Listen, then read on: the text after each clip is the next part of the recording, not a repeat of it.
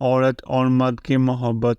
مرد جب محبت کرتا ہے تو شروع میں اس کی محبت بے حد ہوتی ہے اور وقت کے ساتھ ساتھ کم ہونا شروع ہو جاتی ہے، اور ایک ایسا وقت آتا ہے کہ اس کی محبت ختم ہو جاتی ہے۔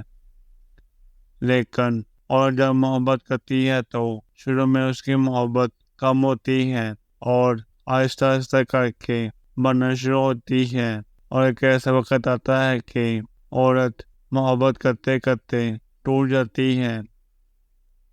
محبت میں مرد مشترک ہے اور عورت ایک ہی خدا کو دل میں سمائے اس کو پوجتی ہے، جبکہ مرد چھوٹی چھوٹی بے شمار مورتیوں کو پوجتا ہے۔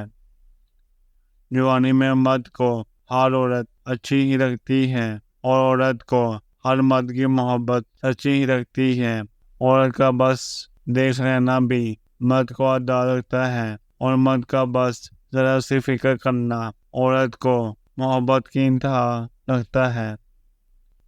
یہ عمر ایسی ہی جذباتی ہوتی ہے اور ہم اس جذباتی پن کو محبت کا نام دے کر اطراف محبت کر دیتے ہیں۔ اصل عورت مرد کی محبت کا معیار اس کی غیرت کو بناتی ہے، دولت کو نہیں۔ وہ اس میں اپنا محافظ ڈھونڈتی ہے، جبکہ اصل مرد عورت کی محبت کو اس کی حیا اور سیرت کی کسوٹی پر پرکھتا ہے۔ صرف خوبصورتی اس کی کافی نہیں ہوتی۔ مرد کی محبت ایک سمندر سے مشابہ ہے، اس میں پرانے پانی بھی رستے بستے ہیں اور نئے دریا بھی آ کر گلے ملتے ہیں۔